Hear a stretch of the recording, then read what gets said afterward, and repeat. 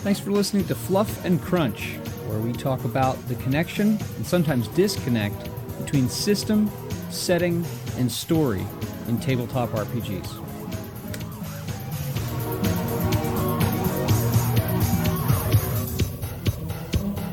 All right, here we go. We're recording. Good morning, Chris. Hi, Jeremy. How are you? I am good, thanks. You're good, thanks. So what are you going to see at the cinema? Indie. Couldn't see. Oh yeah, that's opening. It came out yesterday here. Yeah, Mika's going away on a cruise for 10 days. Oh. So then me and Annie were kind of annoyed that we wouldn't be able to go and see it because we couldn't go and see it without her, and there's nothing else out to see because we've seen everything else for the next 10 days. So then Mika said, well, let's go and see it this evening. So it's going to finish quite late. But wait, how does it work out that your wife goes on a cruise without you? Because I can't go on cruise. It wouldn't be the first time this year. Oh. Either to the fact that my pupils have gone. Is your wife's gone on holiday? Your wife goes on holiday a lot, and it's a combination of like stuff held over from COVID. In the case, I think this is something she was doing for her 40th, or it might be for her mum's birthday combined. But yeah, so she's had an awful lot of holidays booked where it's a case of, well, she can go and it's cheap because it's outside of school term time, but I have to work, so I don't get to go. Yeah, we're going on a cruise actually with a bunch of friends in October, first week of October. And for us, for the school district where my wife teaches and my daughter goes, they have a break the last week of September, the first week of October. So it's the same kind of situation. Like everything is reasonable. So you go. Yeah. Very cool. Very, very cool. So what are you going to do for 10 days? You and Annie are just going to like hang out and eat Cheetos and pizza? No, this weekend, Annie has a 2-day cheerleading competition in Liverpool, which is a 2.5-hour drive. So I'm really looking forward to that. Is it one day, or is it? You said no, it's 2.5 days. No, it's 2. We're driving tomorrow night after work in rush hour traffic, and then she's doing it all Saturday, and then a good chunk of Sunday. So then it's driving back with Sunday evening traffic. See, being a person who works from home, I am no longer acclimated to traffic. So it's like, yeah, I don't do that. So, all righty. Well, you said you have limited time. I have limited time. So let's make excellent use of our limited time. I know for a fact that neither of us, I have done no gaming in the last couple of days. Have you? I kind of have, but I'll talk about that next week when we do the game. Okay. Because my session this week's been cancelled, so I've been doing it online, but I can talk about that next week instead. Cool. So then today we're going to create some monsters. We're going to create some monsters, NPCs, foes. I don't know what direction you want to take this, but we're going to use chapter 8 of the Ahris game to create some monsters and show how that works out. So I can quickly Jeremy wasn't happy with 3 episodes about his game, so we had to go for 4th. He wanted a whole month. That's what he said. I want a month. If I don't get a month of pimping my game, I'm quitting. I am out of here. And no brown M&Ms in the bowl. Well, here's the thing. When I buy my private island, you can come visit. Excellent. So, and I will even provide you with like massive amounts of SPF 50 sunblock because that's what I wear. And so we'll be good. We'll be good. So really quickly, let me just do this just to remind people, in 2D20 land, NPCs are they're broken into category. And in most games, they're broken into 3 categories. And in Ahris, they are broken into 3 categories. So there are minor NPCs, noteworthy NPCs, and major NPCs. And the difference between these is twofold, and they're 2 sides to the same coin. The first question is, or the first issue, main difference is story as to what role does the given NPC play in your story. And again, this is, like I said, this applies to Achtung Cthulhu, this is Conan, this is Star Trek Adventures, it's all of them. And usually at 3 tier. And so the idea that a minor NPC is one that is going to be there for a scene. They can deal out a decent amount of damage, but they can't take a lot of damage. Minor NPCs in Ahris, as a matter of fact, are locked to 1 wound. Now, depending on the type of monster you're talking about or foe, the number of stress points it needs to cause a wound can vary, but one wound will drop a minor NPC. And generally they're limited. So they're mooks, they're extras, they're the goblins of a sort. Noteworthy NPCs are your villains' lieutenants, or more significant monsters, foes, whatever you want to call them. They always have 2 wounds and are closer. I would say they're slightly less powerful than a player character. Major NPCs tend to be more powerful, pound for pound, than a player character, and will take at least 3 wounds, perhaps more, depending on the nature of them. So the main question is, what role does this NPC play in the story? And then you pick, all right, it makes most sense to choose minor, noteworthy, or major, and then there are stats to build out from there. So now that we're all on the same page, what are your first thoughts, and what do you want to make? Let's start with like a bog standard, something simple, minor one, and then we can jump to there and do a major. And if there's time, which I don't think there will be, we can do a noteworthy. So I'm looking at the monster manual. I'm looking at my list of sort of CR half and 1 monsters, and then I was trying to find, because I can't remember what's in your monster list. So what did I find? Have you got a lizardman in your monster list? Okay, I do. Those are called the saurians. Damn it! All right, I always thought that was a good shout because I didn't think you did. I know you've got zombies. Can't have that. Zombies. Have you got a scarecrow? I don't. There we go. Ooh, Right. Although like scarecrow sounds maybe too good for minor though. I feel like a scarecrow should possibly be, because it's not really minion enough. Might come back to that. You've definitely got goblins. Have you got? I assume you've got giant spiders. Yes. That's a monstrous spider, by the way. Have you got harpies? No. Yes, there we go. Harpy. Right. Okay, Let's do a minor. We'll do a harpy. We'll do a minor, because harpies, if we're imagining, they're just like, harpy henchmen that are just going to bother people, and some Greek hero is just going to ping him out of the sky with a bow or something. Okay, harpy. So there we go. First thing, minor, because they're just cannon fodder. They are not intended to be anything other than a minor roadblock in the characters getting from A to B. That's it. And I think the way to think of that too, as a reminder, is a minor NPC is minor because it fills a very limited role in the story, and it can be removed from the story, that is defeated. And when an NPC is defeated, it's the GM's decision as to whether it's killed or it's knocked out or it's you run away or whatever. But a minor NPC is defeated with 1 wound. So they can deal, depending on the nature of the thing, it could be dangerous for what it could do to you, but once you do it a wound, it's gone. So okay, I like that. I like the idea of a harpy as being a nuisance creature that perhaps in groups, minor NPCs operating in mobs or squads can be far more dangerous, but individually they're a nuisance, they're a stumbling block, they're a plot device. There was a lot of G in the monster manual. I finally got to, I was just flicking through others, hardly anything with G. Wow, yeah, that's it. Eventually I got there. Now, one of the things about a minor NPC in Ahris is that, unlike all other kinds of characters, minor NPCs only have 2 stats. They have body and mind.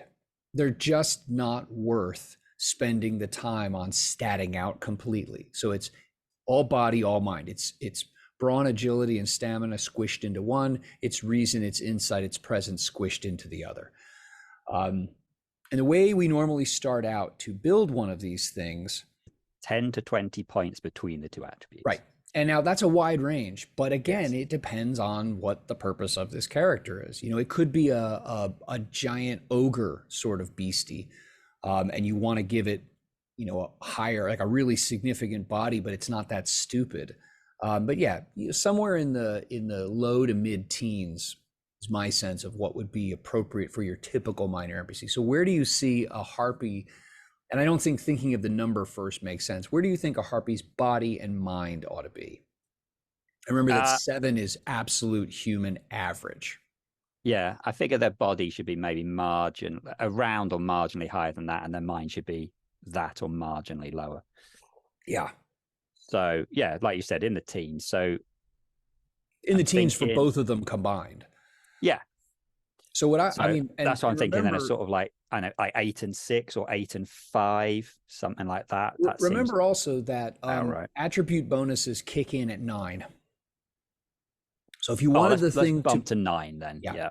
I think a body of 9 and maybe a mind of 6. So they're not stupid, but you're not going to sit and have like philosophical discussions with them. Yep.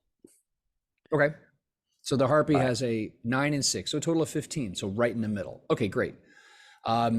They get 3 points for 2 skills. They have the same array of the 6 skills, and you have only 3 points to divide typically between 2 of them. That doesn't mean that you have to divide them. You could put all 3 in one. Trying to what the skills are. So we've got fight. I'm going to Fight, probably want a point in fight. fight, interact, know, move, operate, survive. What was a talk one? Interact. Ah, there we go. Interact. See, the Modifius people call it talk, but I think that interact is a little more broad, and I think therefore more appropriate. Yeah, that's basically because that's the only 2 things they really need to be able to do is attack and then use their luring. They have a half decent charisma thing, so I want to represent their mind be a little bit better. So if I've got 3 points, 2 points in fight and 1 in interact, possibly the other way round. Again, it depends on how you envision yourself using them. Do you see them as attacking, or do you see them like attacking like claw and I feel like they're going to be attacking, but occasionally using like this. They have this luring song ability. Okay. But then that could be a focus because we got 2 points for focuses as well. So, and then they can have a talent. So I probably can do stuff through the talents and everything else for this luring song rather than because they don't want to be good at toys. So if we stick with 2 for fight and 1 for interact. Yeah, I think that makes sense because their primary mode of action in a scene is going to be attacking, like with claw or throwing rocks at you or something like that. And they might use this other ability as well. So 2 points into fight, 1 into interact. Cool. Okay. Now they get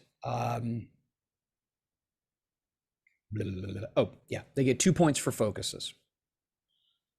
Yeah. So can I just call it unarmed? That's exactly what I've been using throughout the month. Yeah, unarmed combat. Makes it easy. So okay, so 1 for unarmed, and then I guess 1 for. I mean, it'd be song essentially then.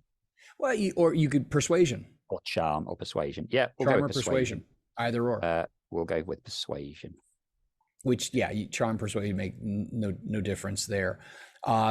Okay, and they typically get 1 special ability or talent. Now, what this means is you can go ahead and create a talent per the talent creation rules.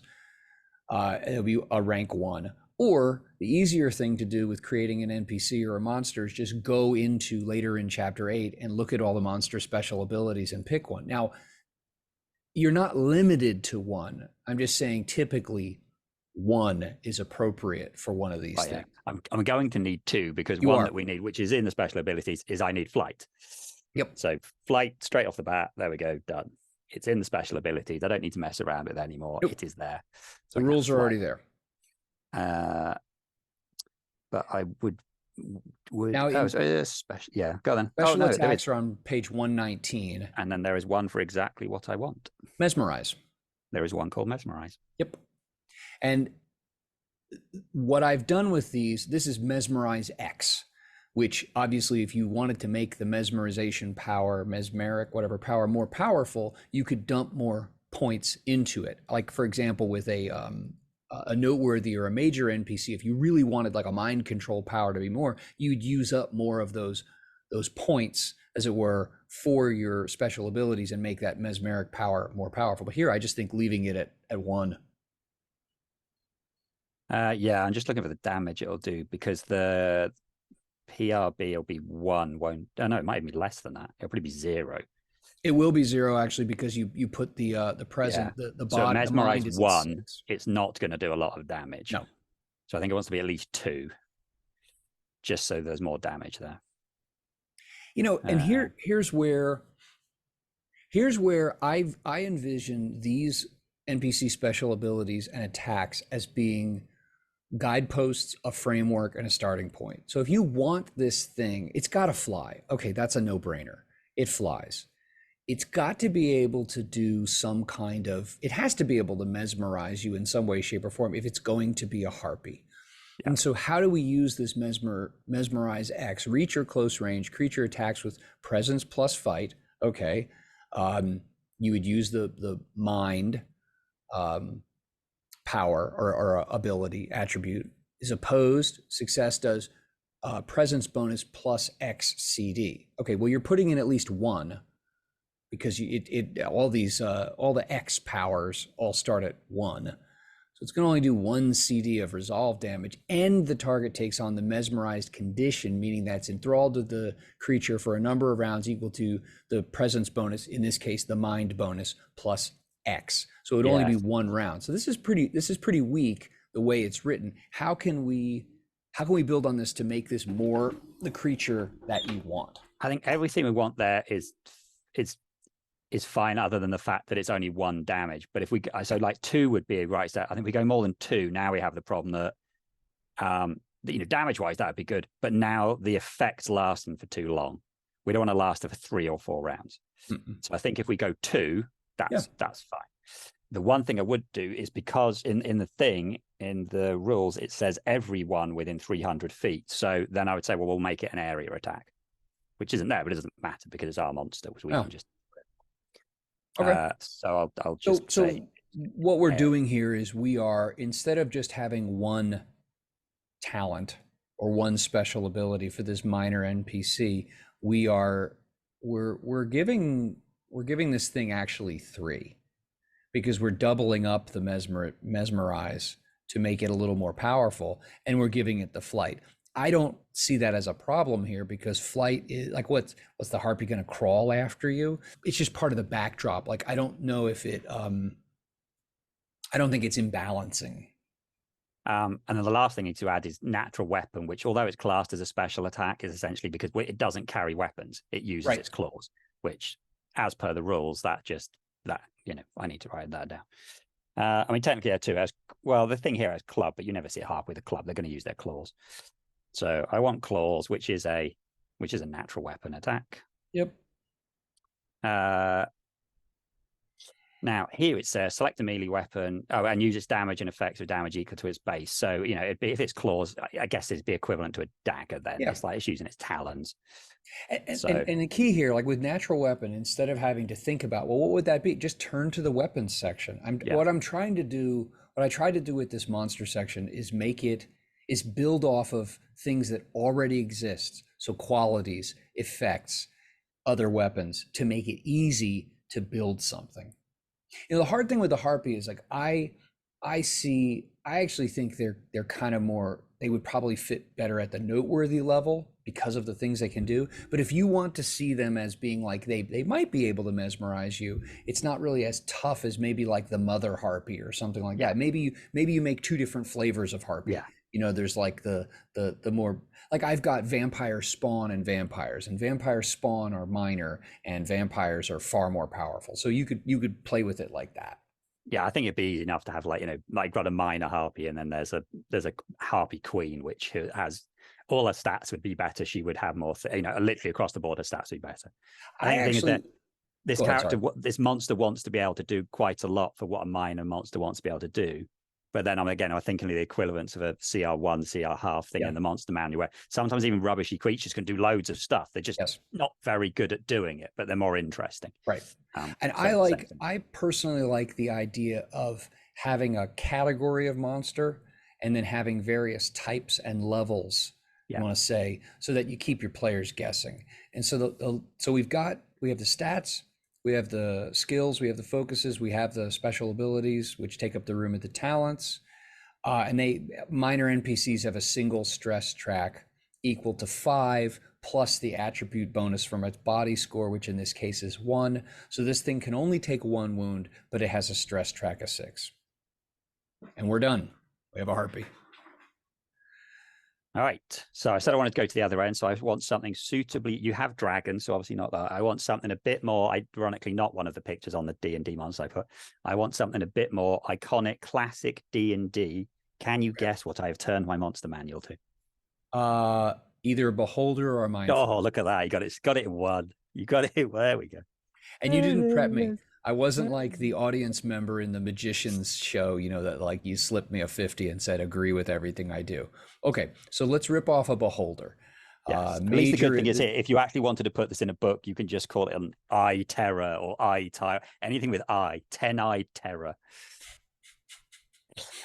So super easy to rip off, and they go, you've ripped off a beholder. It's got a completely different name. That's right. All right. Sorry, wizards. So here's what we do with a major NPC. All right, that's on page 116.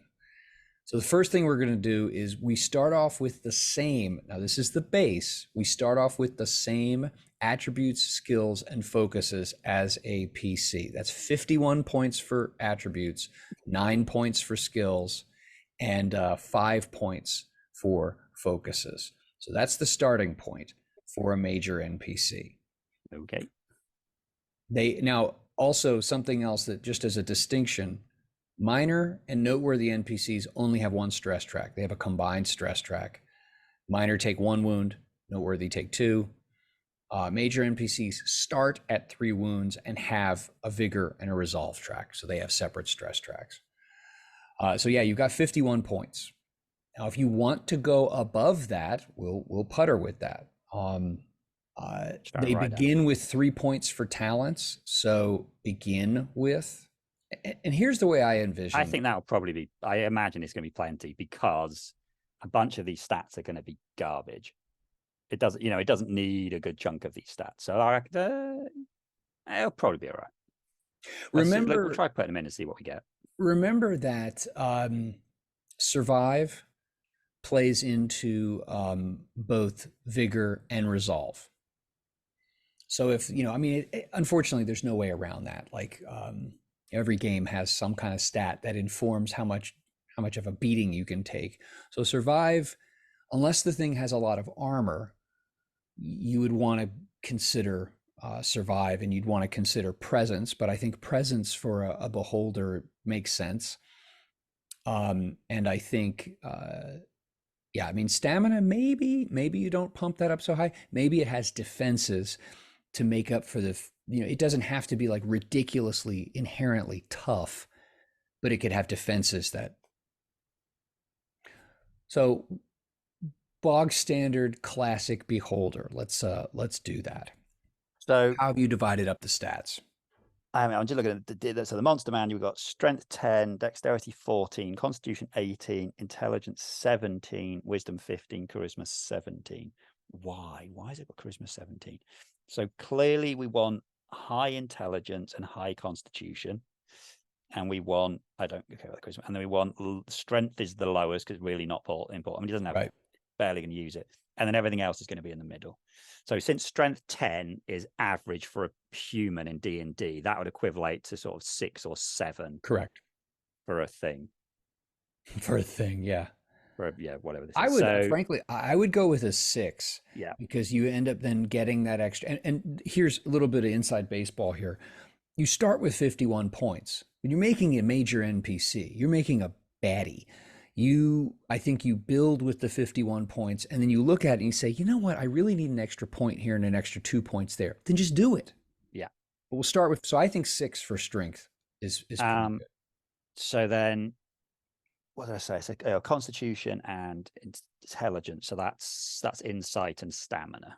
Reason. I feel like actually stamina. Reason. Oh, is it reason? I've written the wrong thing then. Reason. Well, that's insight. I wish it was. Okay. I just wrote run and I was thinking resilience. That's a completely wrong thing. Right. I don't think the stamina needs to be as high, and they only go to 18. I know it's the other way around. I feel like the beholder should be more intelligent than it is tough person. I think so too. But again, you could tweak this. It's a schemer. It's a mastermind. But still, 17 and 18 is like, near normal starting max for a thing. 11, 12. So, I think I want to go higher than that, though. So I might go 12 for the stamina and 13 for the reason, because I feel like it's meant to be like super clever and devious and stuff. And tough.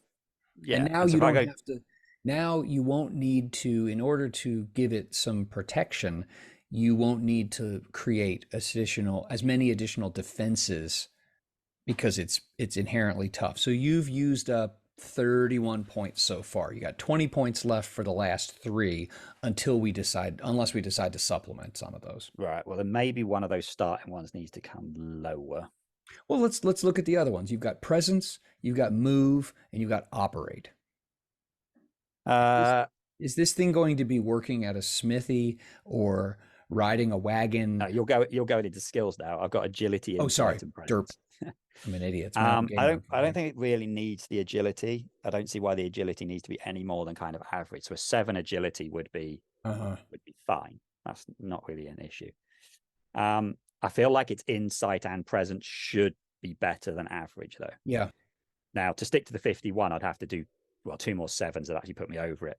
But I feel like I want closer to sort of, maybe not 10, but like at least 9. And like you said, the things come in at 9. So I think I want at least 9. Yeah. If there are various types of beholders in the so we could, if this is like the weakest form of them, we could use this as a base model and then order options like white wall tires for it. I think here's what you do. You give them all 7. You put them all at 7 so that you've got stats for them, so that the insight, the presence, and the agility are all 7. I think you leave the agility at 7. Yeah.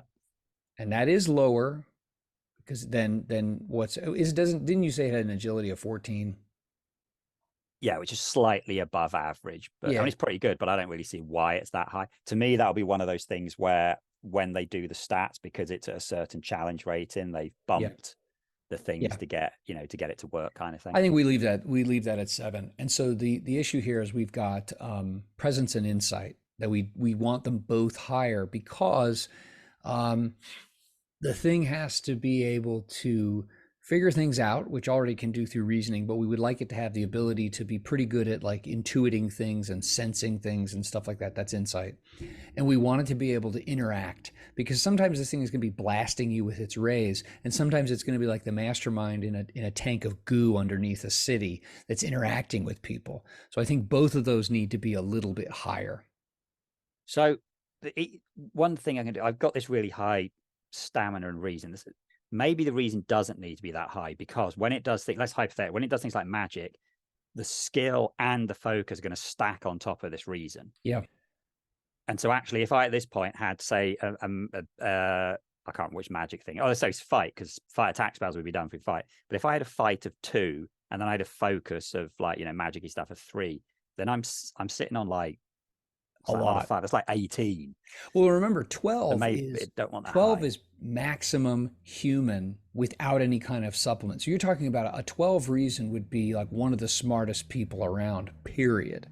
Yeah, so maybe I'm going to bring the reason down to 12, which actually still only puts me on, I think, 51 overall. And what's your stamina? I think I want to leave the stamina at 12 because, like you said, to make it a bit tankier. Okay. Although there are other ways of doing it, but just for the hell of it. But yeah, I would like its insight and presence to be higher than average. Okay. Particularly, I think maybe not so much the insight, I don't think matters so much, but the presence, if it is going to use like a charm attack, which might come under presence, then I think that should be on 9. And actually, in the monster manual, its charisma is as high as its intelligence. Yeah. I actually see this as being, I've always envisioned the beholder as this alien intelligence. It's super smart and it's super intimidating and has this amazing, like charismatic presence, intimidating presence. So I actually think that reason and presence would be, reason's going to be the highest of those two, but I think that its presence would be more than its insight. That's my thought, at least. I'm going to leave the insight on 7 because I don't think it's going to matter if it's 7. I'm going to put the presence up to 9, which is 2 more than the 51. But remember, didn't you bring one back though from the? Yeah, but I think we had 20 left, and I spent. Well, add them up, just for kicks. Maths now. It was easier. I got 6, 7, 12, 12, 7, 9. I think I was 1 over when I did 3 7s, and I brought 1 down. So if I go to 9, I'm 2 over. But big deal. Okay, but it's a beholder. Right. What we got next? We have 9 points of skills. Page. So, fight I want because attacking magic is done through fight. So I do want fight. Interact I'm going to want because persuasion and charm will Yep. be done for interact. Knowledge I might want, but actually it's reason will be doing a good chunk of that work, so I Yeah. probably don't need that massively. Move, I mean, it can move. Yeah. And I think the fact that don't really think I need a lot on that. You don't need a lot. I think probably the one you need the least of is operate. I would just think that operate can go 0. He's the thing. I didn't even have hands for a start. Yeah. It has telekinesis. I mean, again, it doesn't seem like now survive is not only it's like physical toughness. It's like this the skill of recognizing when you're in danger emotionally or physically. So survive is the skill that is added to stamina for vigor and added to presence for resolve. So that has meaning in that. Some of that. I think I'm going to put move on 0 because I don't really think like you don't. I don't see this thing like zipping around and needing to be super agile. So that gives me 4 skills. And I'm just going to put 1 on knowledge, on no, because it might be nice with it, but its reason is so high it doesn't really need it. Right. I've actually I've got 8 points left to spend, and I've only got 3 stats left. You mean wait? So you've 3 skills left. You have 9 points. Yeah, I've spent 1. You put 1 in no. I think probably let's do this. Let's just for starters, let's put 2 in fight. Yeah. Let's put 2 in survive. Yeah. Now we've used up 5. And let's put 2 in interact. Now we've used up 7. What do you think? I think I want to put 3 in fight because most of its spells, virtually every single spell it has, is. I think you could do this. You could put 3 in fight. Now here, by the way, the rule for starting characters of if you only have the maximum skill rank you can have is 3, and if you have a 3, you can only have it in 1 skill. That doesn't apply here. It's a monster. So I would say 3 in fight and 3 in interact. Okay, I will do that. Right, that's those done. And then what else did we have? We had 2 in survive. 2 in survive, 1 in no. So that is there you go. 6 points. All right. So focuses. 5 of them. Is magic a focus? I can't remember. You can pick a category of spell, so a template of spell. So you could say attack spells. Since virtually all of its spells are attack spells. Yeah. Let's go attack spells as a focus, and we'll just throw a 2 in there because that's nice and easy. Okay. Charm, paralyze, fear, slowing. So we're not statically spells, obviously. Things like sleep and charm and fear, do they count as attack spells, or are they? It's a little bit of a gray area, but I tend to view a lot of those like those mind effect spells as more interact. So I would think that you would want to have interact spells as being a significant focus. Which is good because I've got literally nothing else to use my focus on. Okay, so we can go interact spells 2 as well. Here's one I would throw at you, and this is where I would give the beholder an extra point in focuses. I'd say a 2-point focus in like Arcana. Oh yeah, that's a good idea. Just knowing cool magic stuff. Because the cool thing about a beholder is that there's that other side to it. Like if it is this weird alien genius, who knows what it knows. Okay, so we've got we have all those. We're 1 point over for focuses. We're fine with skills as they are, although we could add more if we felt like it. But let's for a basic level beholder, I think we're good.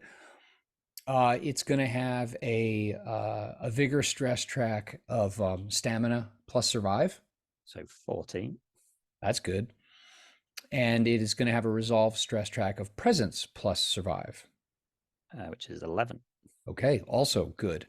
It starts out at 3 wounds. Same as a PC. But now we move to special abilities. Now, for major NPCs, the limits on special abilities, there aren't any. You've got to think about what you want this thing to be able to do. Let's go to attacks. I was just going to throw flight in before I forget. Okay, yeah. Otherwise it just rolls around. Yeah, which would be weird. Like a weeble. And I just want to put in a really basic attack of it has a bite. So that's just a natural weapon, Yeah. bite, which I don't know. Well, I can worry about what kind of weapon that looks after, but that's it. Just because it needs a bite, otherwise it would be weird. But now So, we go up to the first special attack is a blast. so, I mean, would it be possible to actually, like, if let's hypothetically, because actually in here they're not written as spells, they are all written as effect. Yeah. But let's say hypothetically, I wanted to do it by just saying, oh well, it has a bunch of spells it can cast. Could I just list all the spells it could cast and do it that way? Sure. You could, and I would treat this thing as, because you've given it a high reason, I would treat it as a wizard. Wizard, yeah. And again, when you make a character, you burn up all three of your talent points buying the spell casting archetype. That doesn't apply here. It's a major NPC. I mean, it's the thing. It's the guy behind the guy behind the guy pulling all the strings with its eye stalks. So I think actually I'd rather do a bunch of the special attacks, but yeah, I was just you could go curious you could go one of two routes or combine them. You can either make spells if you have a beastie that you want to be a spellcaster, or you could just pick special abilities and attacks and call them magic. And your players will never know the difference, and it'll just work out fine at the table, I guarantee you. So if we wanted to make life easy and just say blast, okay, it has a blast. I feel like it ends up with all of these because it probably wants a mesmerize for its charm. Yep. It wants. I'd probably just give it a leech, even though I don't think it has one like that. I think it should have leech. But I just think it should have leech. It should have frightful visage because I was going to give it fearsome, but actually that's actually what it does. It has a fear ray, so it would have a frightful visage thing. I feel like it should have, in fact, it should have ensnare, which would be a way of replicating the petrification. Although paralysis is on the next page. Paralysis, right? Well, I don't need ensnare. I can have paralysis. And then I could probably have a couple of different blasts. So maybe one blast, which is like a single target, but does lots of damage. And then like a ray thing, which is a beam kind of attack, which does maybe less damage. But is area. Yeah. And that's probably going to cover like a huge chunk of everything I want it to do. Well, like for example, blast, it says the NPC has an innate ranged attack reaching close or medium range, doing damage equal to the NPC's relevant attribute bonus plus X. You make it blast 1, 2, 3, whatever, either to vigor or resolve. So you could have, your frightful visage. You could either have that, or you could just say, okay, I have a fear blast, which does resolve damage. The wet your pants blast. The frightful visage is the fear. Is probably, yeah, I think that's actually more fitting, but I'm just saying you could just have a plain old like force bolt. There it is. You leech, I think, makes sense. One of them the creature's able to drain off energy, blood, life force, whatever from its target. You pick one attack, and that attack now has the drain effect, adding 1 level of fatigue per X effect rolled, and it's leech X. I think you'll find too, looking at the array of abilities, especially from higher CR creatures from more recent monster manuals from D&D, they have a lot. Yeah. You'll end up stacking a lot of things, a lot of abilities on here. I want to go back to the list of NPC special abilities, and let's see if there's anything else that we would want to apply to this thing to make it better. There's 2 possible ones I like. Well, for a start, I want it to be able to do more than one attack a round. Okay. So it needs to have multi-attack so it can do more than one attack. Yep. And multi-attack X is at a cost of 1 threat per additional attack. This creature can take up to X additional attacks on a single turn for no increase in difficulty. Yeah, so I might give it multi-attack too, so it can do 3 attacks in total, but it's having to pay threat for that, so there is a cost to it. I might give it resistant to magic to replicate the anti-magic cone without having to write out a whole nother ability, which is kind of doing what it wants it to do. And resistance to magic X is, for whatever reason, this creature has a natural defense against the arcane. Each X adds +1 difficulty to magic used against this creature. So we can go 1, but it's the kind of easy thing, like you said. If you wanted a higher powered version, bump that to 2. There we go. I don't think I'd go beyond that. But yeah, I'd considered giving it extraordinary attribute for reason, but then I think it just stomps people. yeah. But it's a possibility. Well, see, If you here's like, the if neat you thing. Once you have your base level, your strippy model beholder, which is, obviously a really formidable creature, when you want to make king beholder, you slap that on it and one or two other things. And essentially what you've done here is you will have created a template or a type and you just add to it. So there's one other thing I definitely want to add, and one which maybe one is natural armor. So a beholder has an armor class of 18, which Ooh. seems like crazy high, but that's because it's meant to have natural armor. So when it gets hit, it doesn't, it's actually hard to hit. It's not, this is a case of, one of the thing of AC doing two different things. In D&D, AC does both. Things are dodgy because of dexterity. That's not a word, but or things have armor, which AC does both things. Here, obviously, we have two different things. We don't have decent agility, so we're not dodging attacks. So we need the natural armor, which basically then soaks any damage we take as armor resistance. I mean, what as well? It's equivalent to plate armor. So what does plate armor give you in your game? 4 or 5.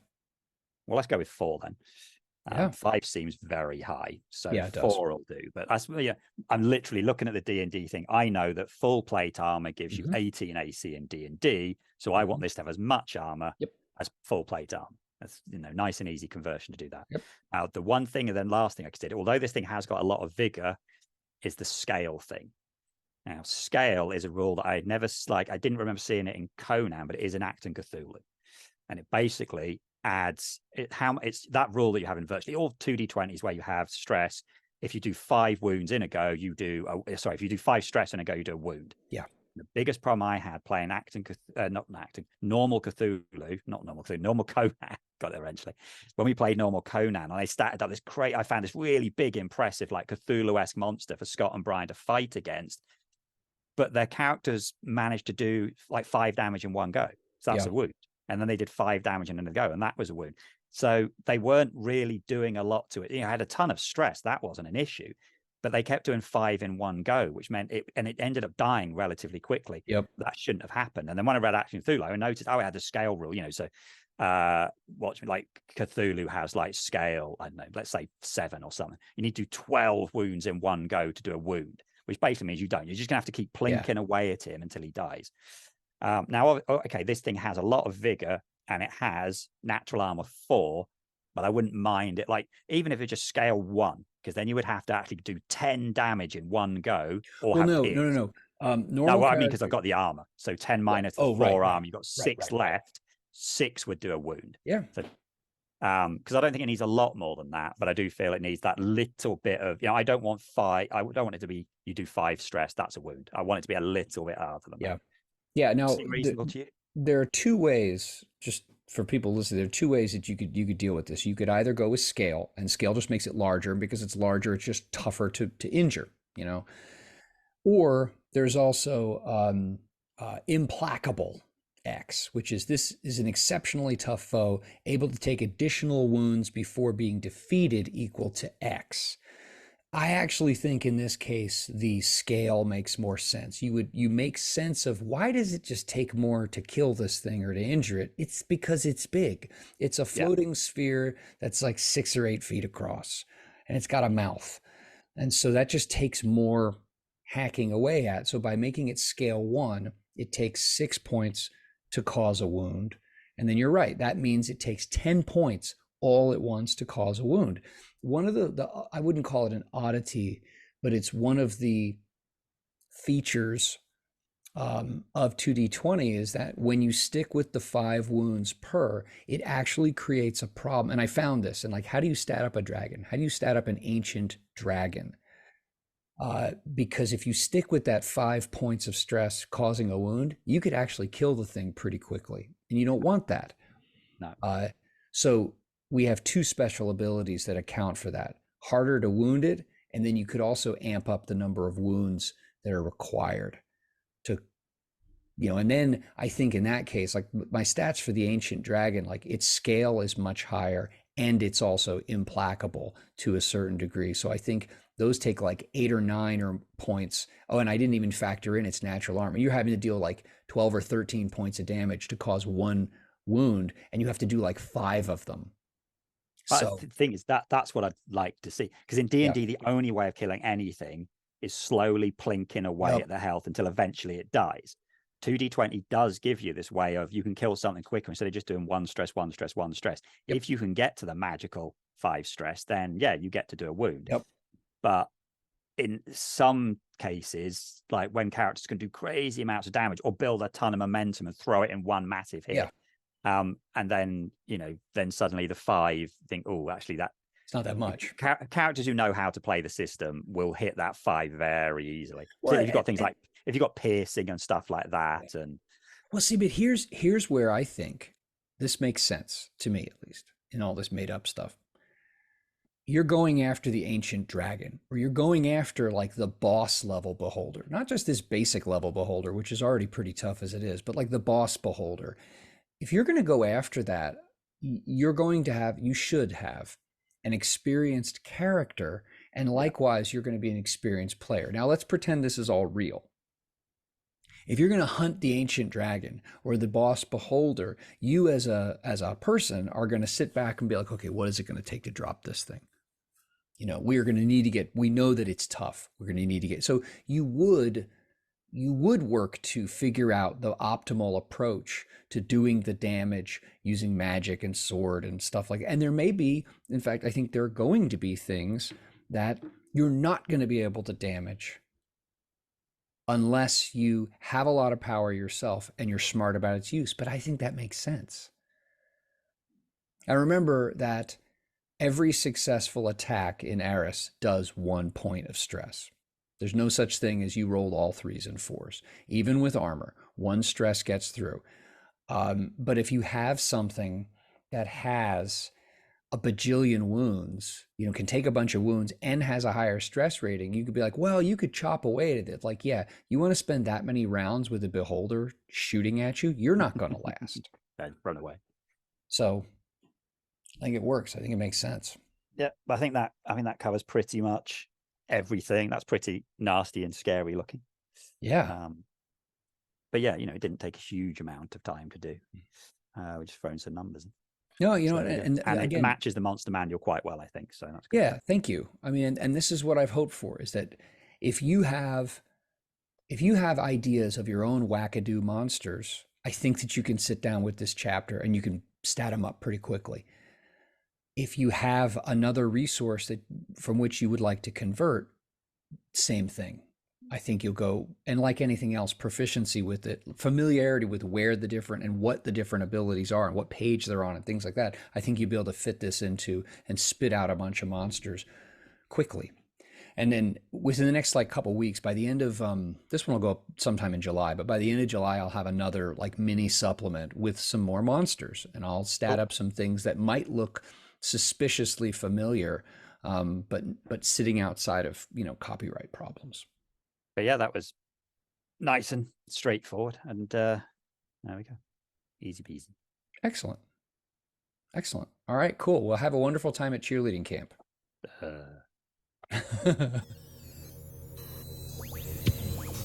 Thank you so much for listening. You can visit our show's homepage at anchor.fm/Fluff and Crunch. That's FLUFFNCRUNCH.